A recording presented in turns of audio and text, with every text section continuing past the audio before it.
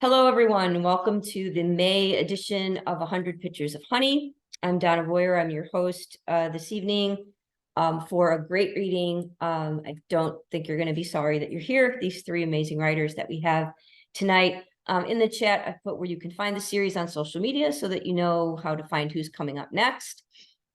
Our next reading in June 15th, is going to feature Jennifer Martelli, Amanda Galvin-Huynh, and Leonard Lunt.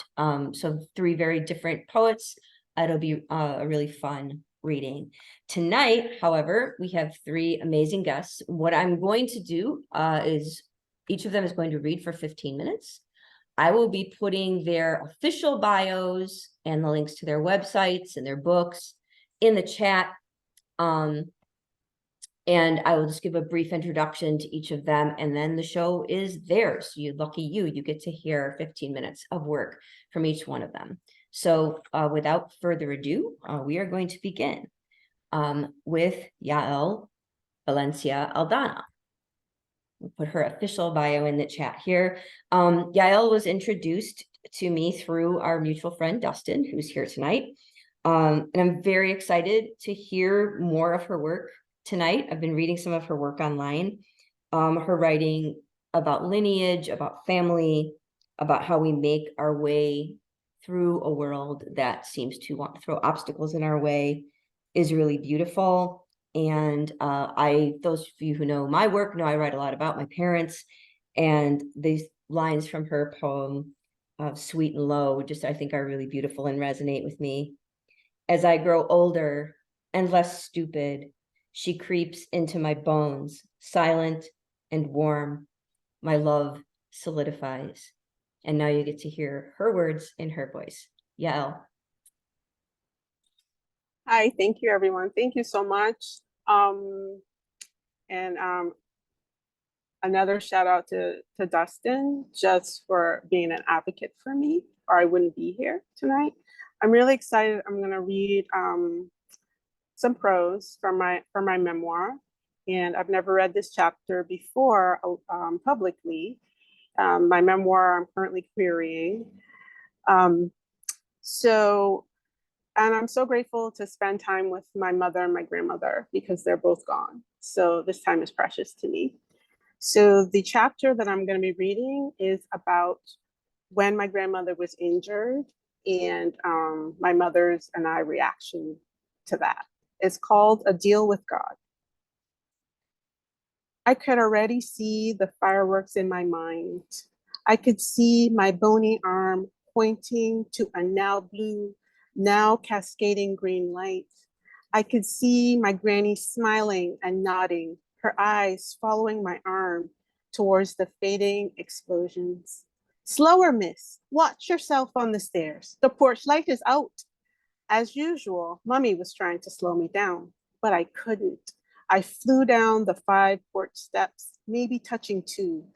If I knew what was going to happen, I would have listened, but my 7-year-old body was too full of excitement to slow down. I wanted to be in the car and already on the way to the fireworks, just that much closer. It was dusk. The sun had slipped below the horizon, and the sky was a dark in-between gray with a few wispy orange streaks, night's black quick behind. It was November 30th, and the heavy hot air was moved along by a steady breeze. I could smell our freshly cut grass, the roses planted near the garage, and the rotting seaweed from the nearby but unseen beach.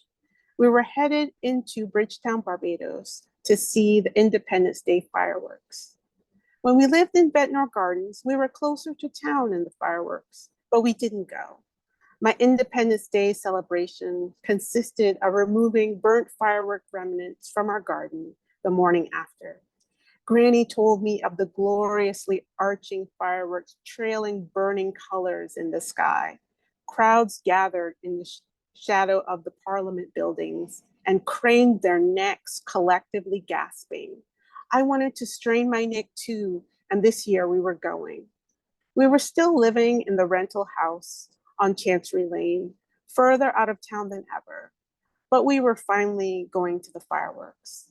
Mom was already by the car. I was reaching for the passenger side door, my usual spot. Mom called to me. No, get in the back. Remember, Granny is coming. And hurry it up. We need to get a good parking spot. Now I was supposed to hurry up. Granny was at the top of the stairs, coming down gingerly. I heard her make a strange noise, like an escaping balloon. I turned to see her falling. She dropped headfirst, like a felled tree from the second step. I took one step towards her, then froze. She managed to get her left arm in front of her before she hit the ground heavily. Oof!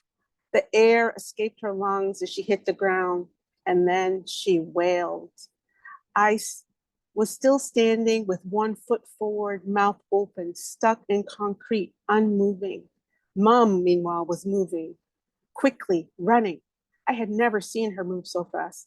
Mama, she called out to Granny's wails. Mama! Mom reached Granny and knelt over her. Mama, what has happened? She asked the question of no one. We both saw what had happened. My spell broke and I ran to her too. Granny, I called. Granny was lying on her left side, her legs wrapped around themselves, her arm twisted over her head. She wailed still. Mom kneeled down, reached down around Granny's shoulders and lifted her a little. Granny screamed like a wounded bull. Mom let her down and Gran went back to wailing. Mommy turned to me. Call emergency, she said. I still mute, looking at them. Move, Mom shouted. I tore up the stairs into the dark house. I could see the phone glinting on the phone table across the span of the living room. I ran for it, stumbling over moving boxes and banging into the coffee table. Time had gone milky. I couldn't gain on the phone no matter how fast I pumped my legs. Running felt like I was swimming, barely moving. My chest heaved ragged with my breaths. Suddenly, the phone was there. I grabbed it and called and dialed 0. The paramedics came and took Granny to the hospital in the ambulance. She screamed louder than I knew a human could when they picked her up and put her on the stretcher. They had to do it, but it broke me. My Granny was hurting and I couldn't help her. The ambulance blew through traffic lights with lights and sirens blaring, with us following close behind in our white Mini. Granny was taken to the same hospital where Adrian, my brother-in-law, worked, Queens General. Mommy and I stayed at the hospital all night. Me sleeping on Mom in the waiting room. An East Indian doctor who looked like my Uncle Tonic said that Granny's hip was broken and that she needed an operation. But if everything went well, she could go home in a week. We stayed at the hospital until Granny got out of surgery the next afternoon. Adrian came back specially to check on her. He said that everything went well. Mom and I peeked in on her, but Granny didn't know we were there. She was sleeping, her mouth open, her head turned to the right. Mom walked in and smoothed down her hair. Keep good, Mom, she said. I hung back in the doorway. Can she hear you, Mommy? No, but I want her to know we are here, she answered, which made no sense.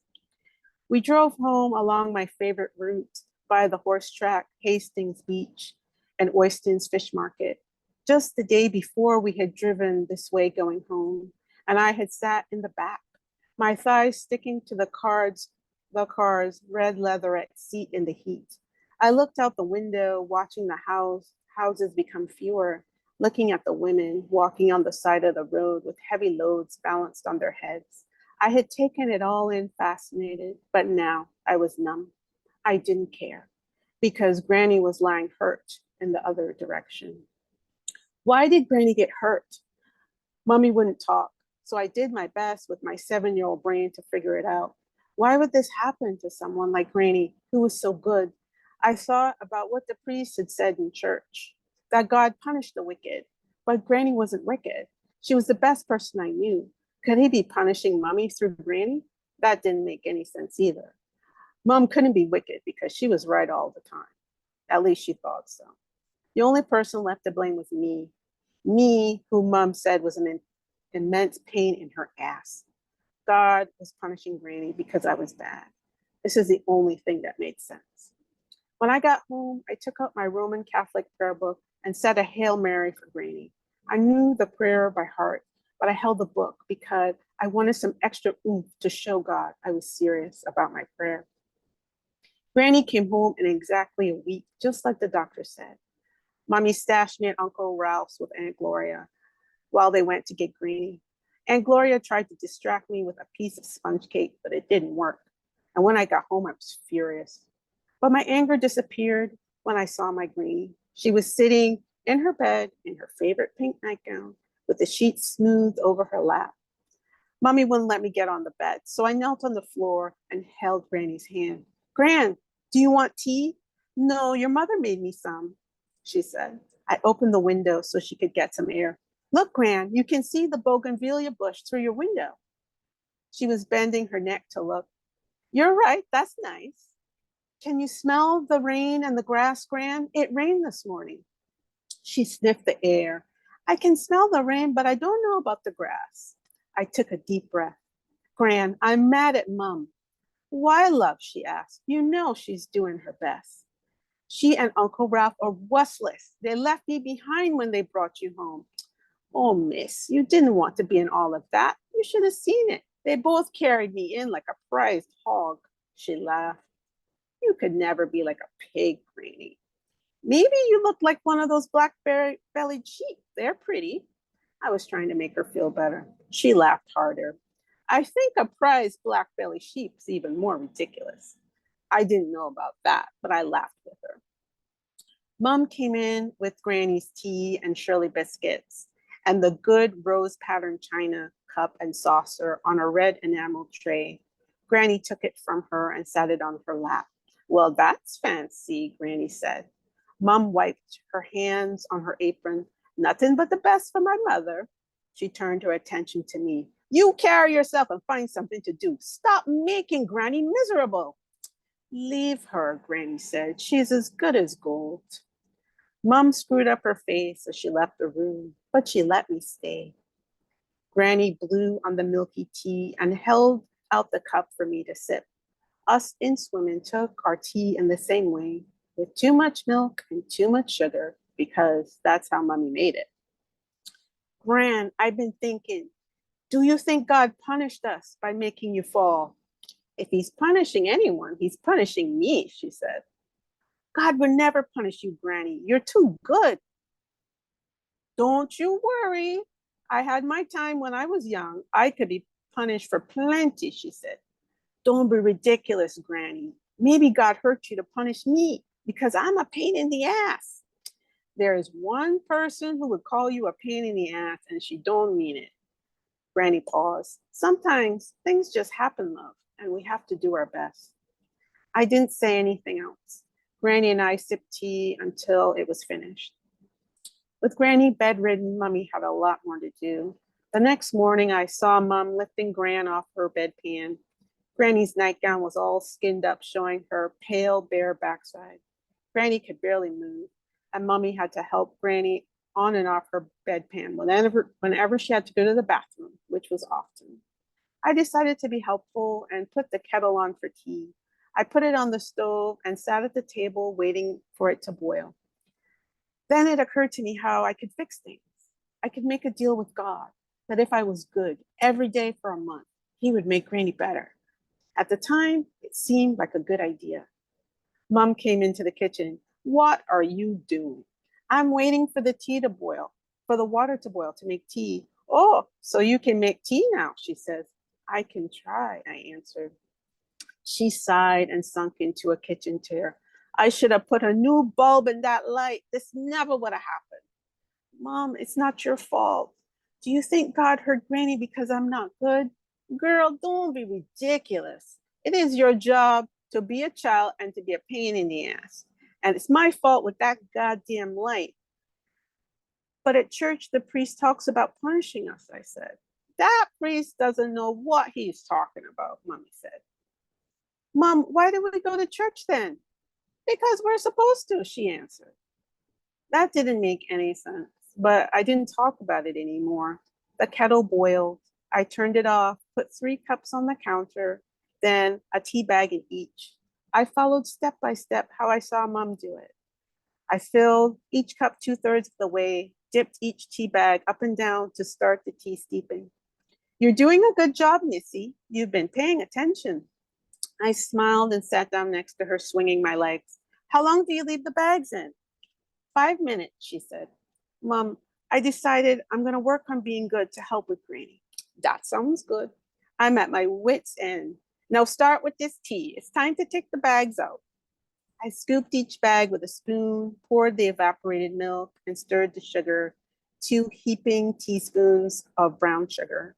Then I sat Mommy's down in front of her. She took a sip, just like I made it, but better because I didn't have to. She laughed. Mom, you have to mark the calendar when I'm good every day. We have to keep track. All right, I'll give you a star for today. She got up and walked over to the calendar on the wall. No, you have to put it at the end of the day, Mom. You need to be serious about it. Aren't you, bossy girl? I'm as serious as a heart attack. I'm going to put this star for a perfect cup of tea, and you better not do anything to make me take it back. She drew a star with her blue ink pen on the calendar. Now stop complaining and take your granny her tea. I told Gran I was working on being good to help Mommy. I didn't tell her about my deal with God. She would tell me that I didn't have to. And if Mom found out, she would have told me I was being ridiculous. But in my childish body, I knew this would work. I just had to be good enough. Thank you. Thank you. That was so wonderful. Such a great depiction of how a child internalizes things that they can't control, and such distinct voices for each person. You feel like you really got to know them in that short piece. So if that's any indication of the rest of your memoir, I'm sure it will be picked up soon. Good luck. So much good luck with that. Thank you. Really beautiful. Yay. Okay. Wow, it was a great start. And now we're going to move on to Courtney LeBlanc. I will put her bio and her website and where to buy her newest book in the chat. I first met Courtney online, and through her book, Beautiful and Full of Monsters, which is a gorgeous book. I really always have admired the honesty of her poems, whether she's talking about issues of the body or of relationships. Her language is very clear-eyed, whether she's writing about things that are beautiful or things that are difficult. And I also really admire the fact that during the pandemic, I think she founded her own poetry press that focuses on women's voices, right, in her throat, a feat that I know is a complete labor of love and a lot of work, and has made some really beautiful books from some really great writers. She also has a lot of work about her family that resonates with me, and I don't know if she's going to read it tonight, so I won't read from it, but the poem from which the title of her new book, Her Whole Bright Life, comes is one that is particularly important to me because it so closely mirrors the kind of last experience that I had with both of my parents at home. And so I'm going to let her read. Hopefully she's going to read that one because I love it. But I'm going to let Courtney read whatever she wants to read for the next 15 minutes. She's all yours. Courtney. Thank you, Donna. You are lovely and delightful. And yes, I started a press during the pandemic because why not? I'm reading tonight from my new collection, Her Whole Bright Life. This first poem, I grew up on a farm in North Dakota. My dad was a farmer most of his life. That's about all you need for this poem. It's titled, You Ain't Shit. You ain't shit, North Dakota. You're all snow and flat and forever horizon. You fly over states. You mega hat Fox News junkie. The year I left, it snowed on June 1st. June 1st, you motherfucker. Can't bury the dead in a North Dakota winter unless you bonfire first. My 18th birthday brought a storm that shut down a state that knows how to deal with snow. North Dakota laughed at chains on tires, laughed at the fools who tried to leave their neighborhoods. My father cleared the driveway with the snowblower, and North Dakota punked him and dropped another 8 inches, as if his work was ever done. And now he's dying. You did this to him, North Dakota. You broke him. His whole life spent nurturing you, feeding the world with the wheat he grew in your rich soil. He never touched the black tar of long-dead dinosaurs that sits beneath you, never mind the millions it could bring. And what do? You give him thunder snow. You withhold the northern lights that have, on rare occasion, pirouetted across the sky like a bright green ballerina. I saw them once, had to pull over to gape, but my father has never seen them, and now his eyesight is failing. His hands shake. He's always cold. His one functioning kidney is stuttering to a stop. It'll drag all the other organs down with it. It won't take long, and his doctor has promised she'll make it painless. If he dies this winter, I'll cut down every tree in every forest across you, North Dakota. I'll build a fire big enough to see from space. Let the astronauts think it's the northern lights. Let everyone think the world is ending. Because for me, part of it will.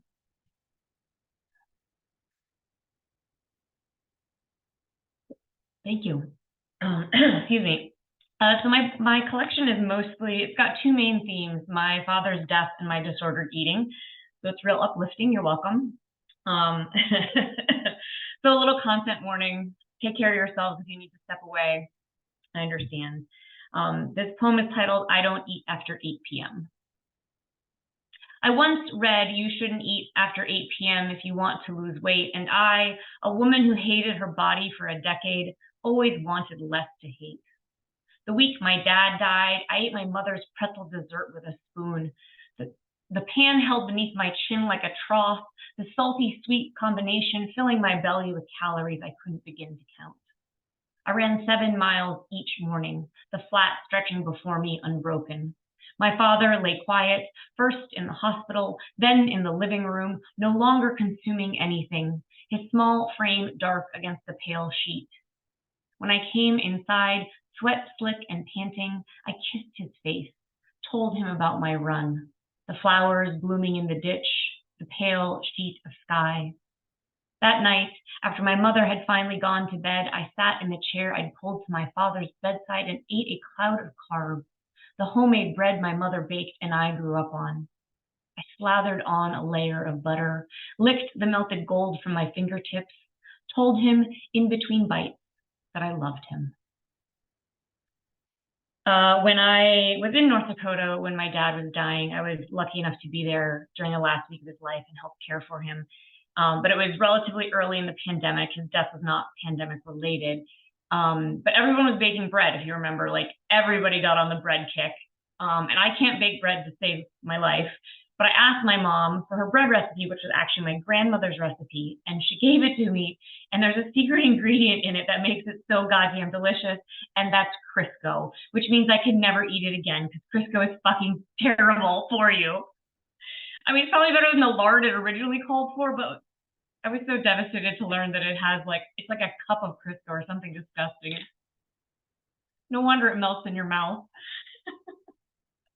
Moving on. When my therapist asks how I'm doing, I talk about the election, my father's death, my friend's brain tumor.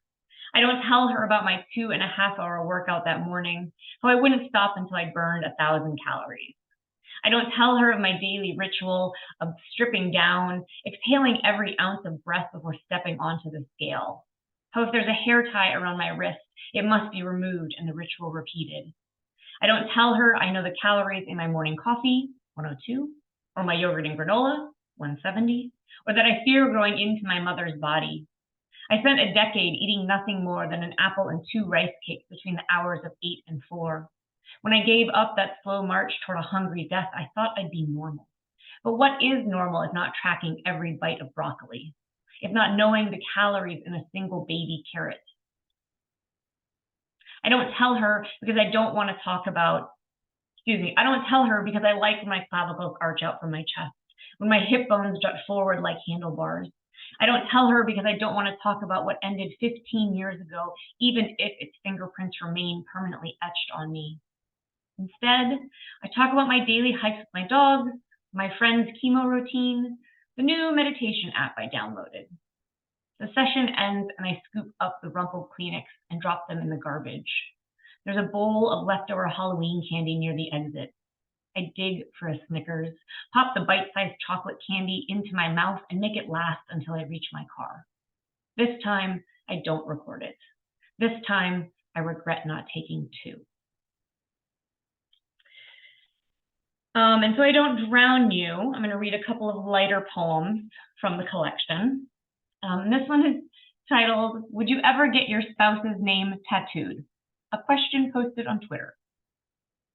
We'd been separated 6 months, and you'd been dating someone for 2 months when you called to tell me my name now graced your bicep. I looked at the kitchen that was now only mine, the fridge with the broken handle, the stove with only 3 working burners.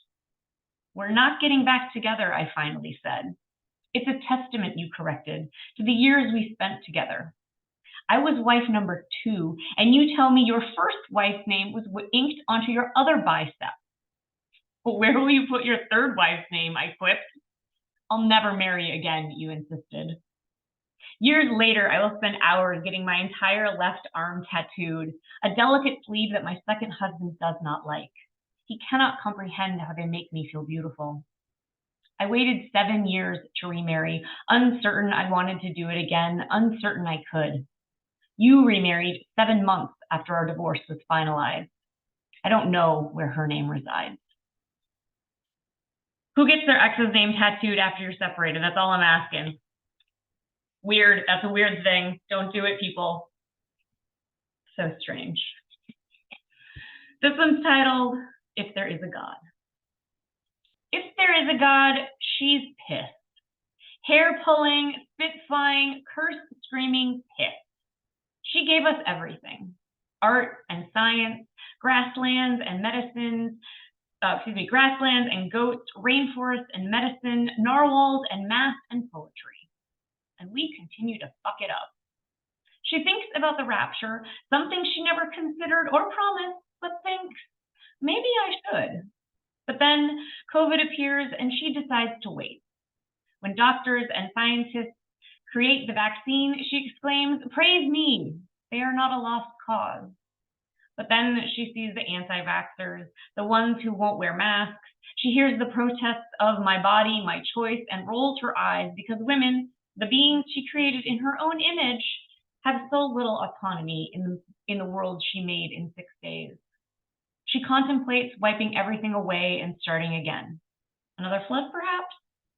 Instead, she changes into her pajamas, the buttery, soft material gliding across her perfect skin. She crawls into bed and turns out the light. Prays to herself that tomorrow will be better. I just have a couple more poems I'm going to read for you. This poem is titled, "While trying to write a poem, I realize I have nothing to write about, so I contemplate having an affair." Because that would at least give me something to write about. But I think of all the reasons I shouldn't.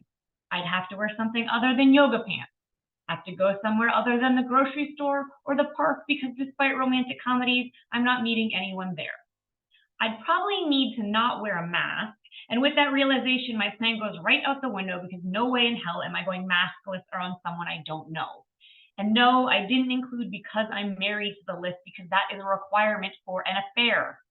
But this idea fails, just like this poem is failing, so I saddle up this sad pony and ride it right off the page into the poem graveyard, which is littered with the bones of cliches and repeated words, mouth, hands, touch, taste, the discarded bodies of the lovers I've written about endlessly, the images I can't stop repeating, the ocean in my throat that keeps drowning the words, the death that haunts every line.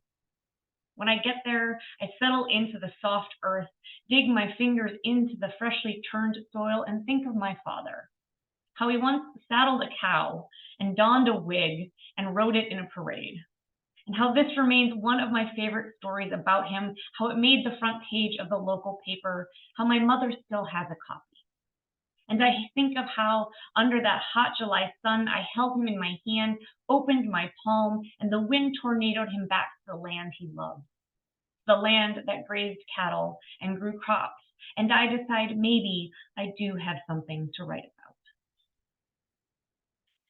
And I'm going to end tonight by reading the title poem from the collection, the one Donna mentioned at the start. It's very nostalgic for me. I grew up in the 80s. My younger sister and I are 2 years apart. She's 2 years younger than me, but we have an older sister who is almost 10 years older. So we've watched a lot of age inappropriate movies that at the time we didn't understand everything about them, but we grew up watching them. So one of my favorite movies from my childhood is Dirty Dancing, which if you think about it is really not appropriate for like an 8-year-old to watch because we didn't understand all the themes in it, but nonetheless, it contains happy memories for me. So this poem is titled, "The Night My Father Died, We Made My Brother-in-Law Watch Dirty Dancing." Because the whole week was exhausting. None of us slept, our eyes swollen from crying. My throat was so sore, I worried it was strep. When the strep test came back negative, I worried it was COVID.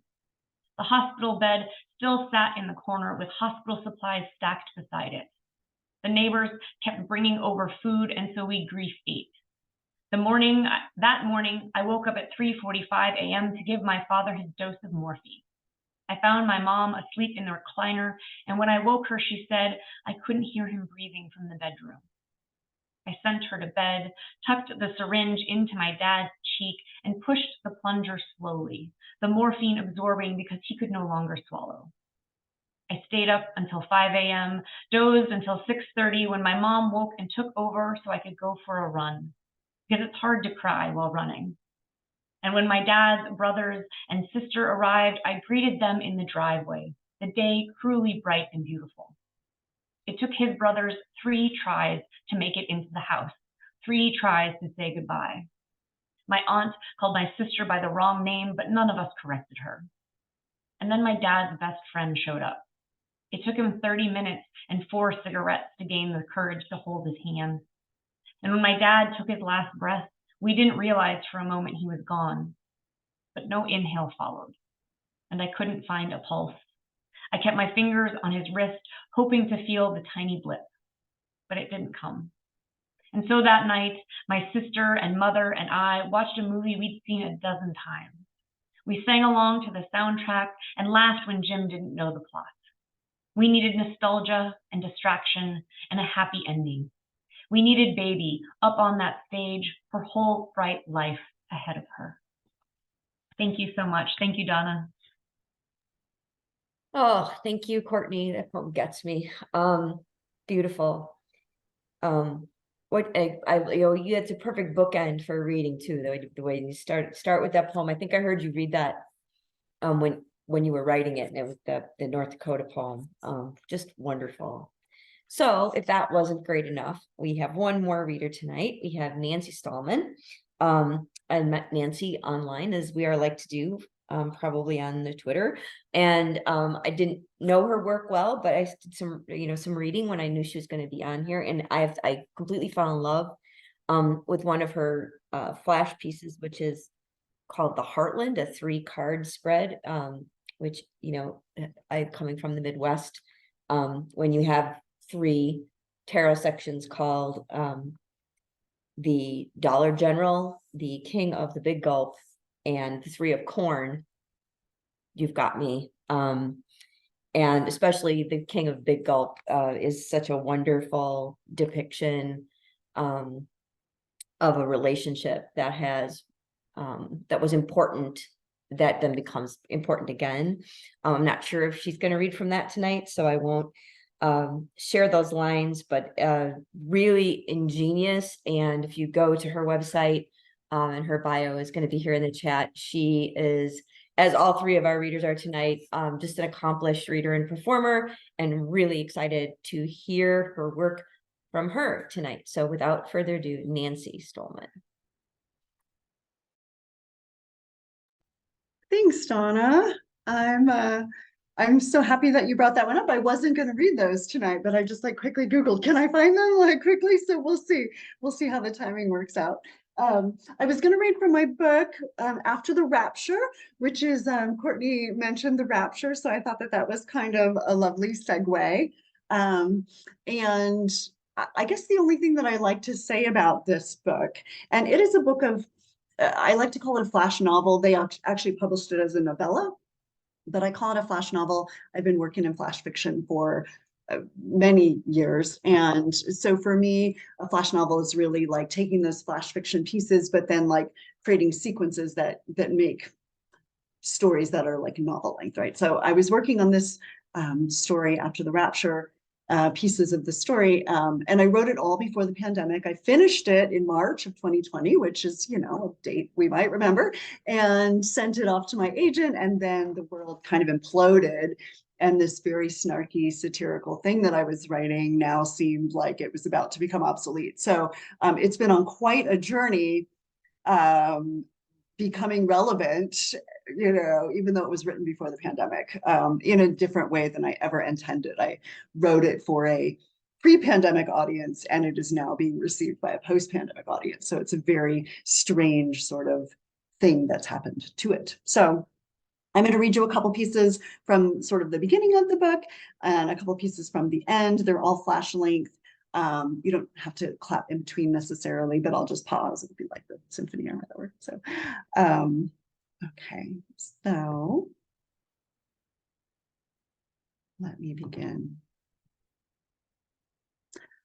Before the rapture, a bad thing happened, and the people were horrified, and they cried, and they played the details over and over like a particularly painful heartbreak. And somebody decided that a memorial should be built, and everyone should wear red. And once a year, everyone wore red and remembered the bad thing, and it seemed right. The next time a bad thing happened, people decided it was only fitting to designate another color, white this time. And people wore white. And some people wore red and white together to show how the two bad things were connected, and that also seemed right. But the bad things just kept happening. Soon the primary colors were gone, then the secondary colors. The newest tragedies were forced to come up with creative coloring like teal or lavender, and soon it expanded beyond colors. People in mourning for a specific tragedy could either wear the color or they could buy a bracelet made of that color. And some people had 10 to 15 bracelets going up their arm until it was pointed out that the bracelets weren't produced in an environmentally friendly manner. And then people got rid of all the bracelets and they tried to go back to the colors. But even the colors didn't work now because every color was affiliated with a tragedy. And if you were wearing, say, lime green pants, but you didn't know which bad thing was being mourned in lime green, then you might be called a poser and accused of trivializing other people's suffering. And still the bad things increased until there were several bad things every week. And new symbols had to be devised to express your horror, like praying hands or beating hearts or hugging arms you could send electronically or turn them into magnetic bumper stickers for your cars or your bicycles. And you could also swap your electronic picture frame to one specifically made to announce your devastation at the new bad thing. But sometimes another bad thing would happen on that very same day, and you wouldn't know if you should keep the original picture frame to mourn the first bad thing, or if you should update to mourn the most recent bad thing. And those who updated would be called insensitive by the ones who had not yet finished mourning the first bad thing. It got to the point where the bad things had to compete with the other bad things. And a thing that would have been pretty bad back in the days of the primary colors was now almost ignored. And people abandoned the picture frames, but they didn't know which symbols to use now, which led them to create new symbols like baking cakes in the shapes of tragedies that needed to be mourned. And sometimes they traveled to the locations of the bad things just to feel the awfulness more acutely. And they became jumpy, like children in volatile households who were trying to read the signs and see the next bad thing approaching. And so sometimes they would see regular things as bad things, and they would jump at the sight of prayer hands or beating hearts or hugging arms until they became numb and the bad things just kept happening, but they were out of colors and they were out of ideas. And so eventually they did nothing.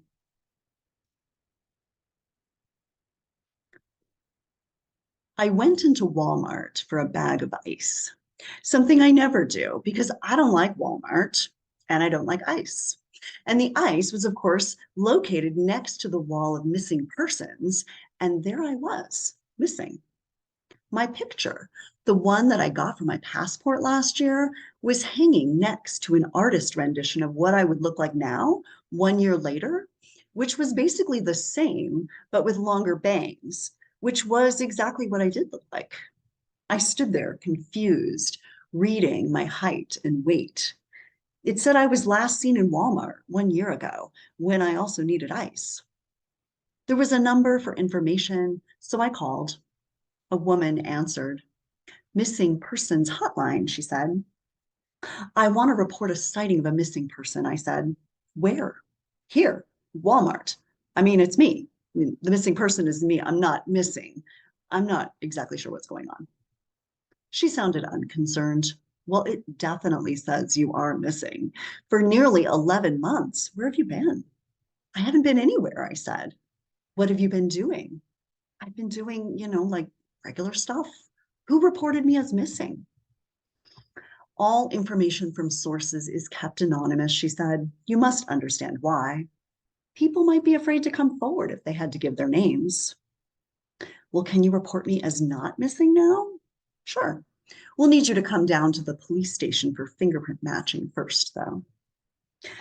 I showed up at the station and they sent me to the missing persons wing. I sat in the lobby and it seemed like everybody was staring, looking at my picture on the wall and then back at me. One woman finally approached the receptionist and said in a half whisper, I want to report the missing persons. I can hear you, I said. I'm not even missing. There's been a mistake. They took my fingerprints, confirmed my identity, and thanked me for coming forward. It's because of citizens like you that we are able to recover people who might stay missing, she said, handing me a wet wipe for my inky fingers. I went back to Walmart a week later to see if they'd removed my poster, but it had only been updated. Last seen in Walmart. Please call for any information. The rapture. When St. Joseph, Missouri was announced as the best place ever to watch the rapture, the people felt chosen. Not since Lady Gaga had come to Kansas City had they felt so special. No one was exactly sure what would happen. Some thought it would be a fiery ball dropping from the sky, or ash blocking out the sun until they all choked, or floods, earthquakes, hurricanes, volcanic eruptions. As the day of final judgment drew closer, Motel 6 jacked up its prices to $800 a night. The porn shop repaved the parking lot, and the gun shops ran out of both guns and ammo. Red Lobster, the nicest restaurant in town, put vegan items on the menu. Dunkin' Donuts, overwhelmed by it all, just said fuck it and shut down. 500,000 people descended upon St. Joe. They came with Rapture glasses, Rapture t-shirts, prepare for the rapture with Pepsi, and Rapture keychains, booking out the KOA in every hotel room in town. When all the grass was claimed, the people started pitching tents right on the concrete. Dan Rather showed up in an RV. Matthew McConaughey and Gwyneth Paltrow were spotted on a rooftop, eating hot dogs and raving about untouched Americana. The day of the rapture, everyone was ready. Some had UV glasses, some had hazmat suits, some were naked and meditating, some boarded up their windows, and the tornado sirens sounded for good measure, and everybody waited outside, watching the sky, crowding the streets and waving fireball pom-poms and trying to shove rapture pancakes in their mouths. As the rapture was about to begin, the sky filled with thick black clouds. It'll blow over, they assured each other, unconvinced. And then a rumor swept through town that Beatrice, just 1 hour north, was a much better place to see the rapture, and people dropped their pancakes mid-bite and fled to their cars and flooded the highways, which became gridlocked almost instantly for 40 miles in either direction, leaving St. Joe like an exhausted whore. Some that remained put on their UV glasses anyway, just in case, and they were lucky, because hundreds of people went blind without seeing a thing. This one was originally published as Barbie Arm. When I wake from surgery, groggy, head rolling, I have a Barbie arm. It has a round plastic shoulder and a smooth socket and a bright, shiny plastic finish. The arm is bent at a 45-degree angle and comes with a hole to hold a microphone or a cooking spoon or a wine glass. I thought you were putting pins in my elbow, I said to the doctor when he comes to check on me. We were, but your insurance only pays for 22 minutes of surgery and pins take 38. So when we realized we weren't going to make it, we switched to plan B, he said. These are actually better in a lot of ways since you wouldn't get full range of motion anyway. He thumps my plastic, shiny bicep, durable as hell. Patients end up loving them. My Barbie arm lies there at a funny angle. All the fingers are fused together and the tips of the nails are painted. I stay there for a week, but the doctor doesn't visit again and he won't return my phone calls, so I finally follow him to his car one evening. This isn't working, I say, my arm sticking out like a polio-stricken child. I need my old arm back. Your old arm was already recycled, he said. They come on Tuesdays, so if you would have told me sooner, I could have salvaged it. Perhaps if you met the right partner, it would make you feel better. I'm already married. Well, that won't last long, he says, especially if that's your pleasure hand, if you know what I mean.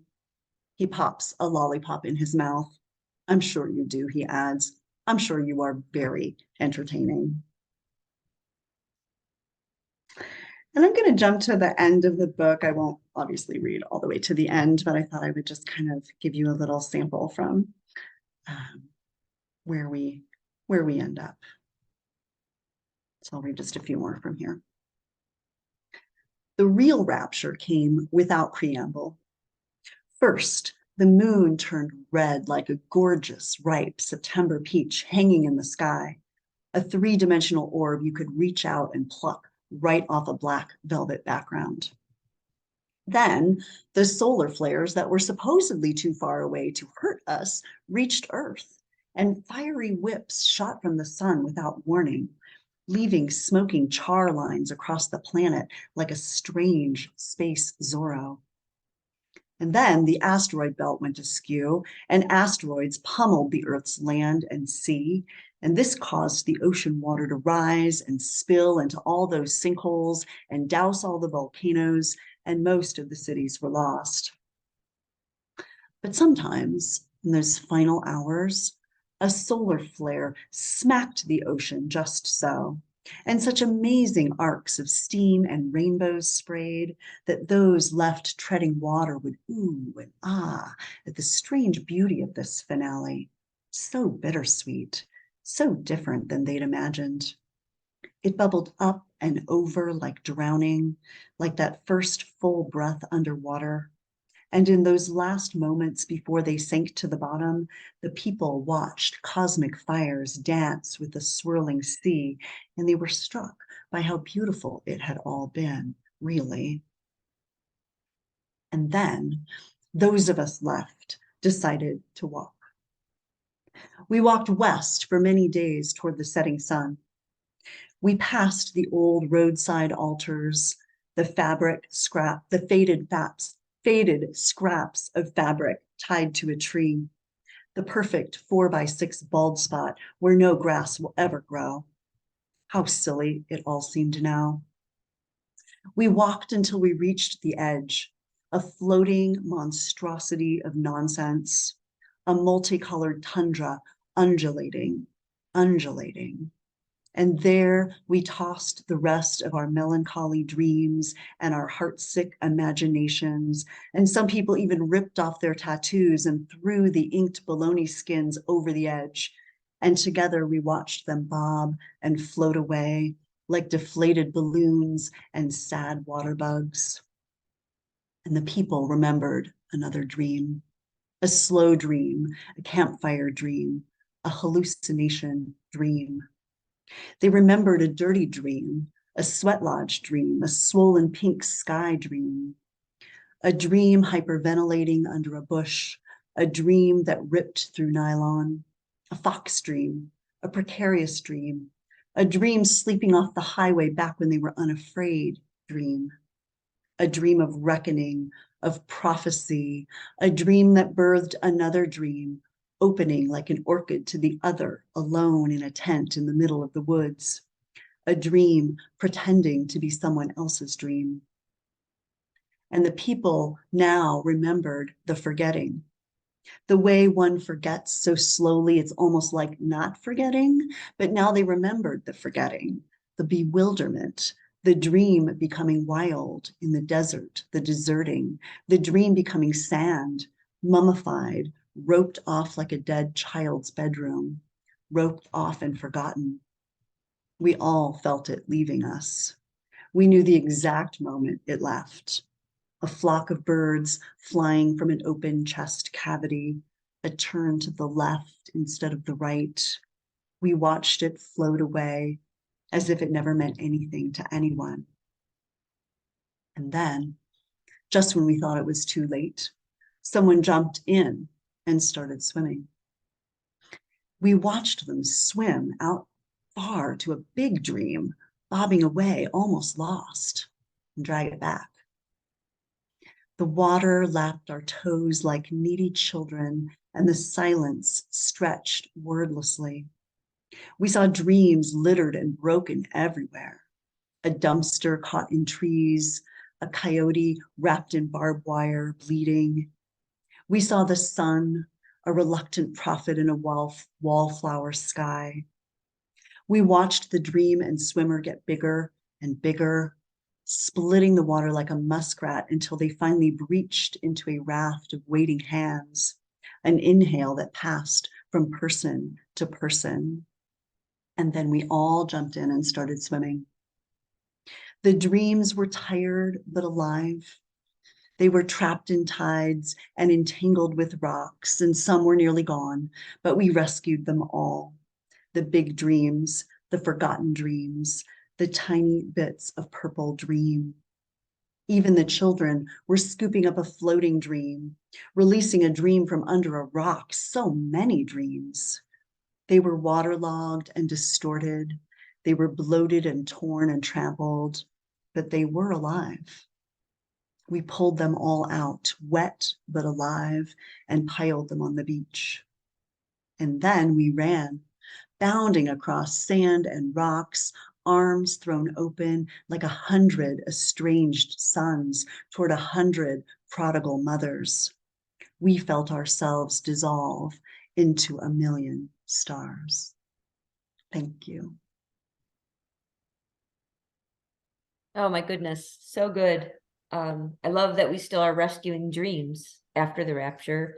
And those other pieces are so funny until you realize, oh no, there's also so real, about our world today. Wow. What a wonderful reading. Feel free if you'd like to unmute and clap for all three of our readers. This would be the time to do that. So wonderful. So happy that you were able to be with us tonight. Once again, I'll put where to find the series online and the YouTube channel. So if you know someone who missed this reading tonight and you're like, you have to hear this reading, you can send them to the YouTube channel. Should be up by later this evening or tomorrow morning. Thank you so much to all three of our readers. Thank you so much to our audience for being here. We know that there are a million other things you could have been doing, and we're so happy that you were with us tonight. I am going to just remind you again that our June reading is June 15th with Jennifer Martelli, Amanda Galvin-Wynn, and Leonard Lunt. We hope to see you there. Watch our social media for the link. And I'm going to turn the record button off. Thank you for being here and have a great evening.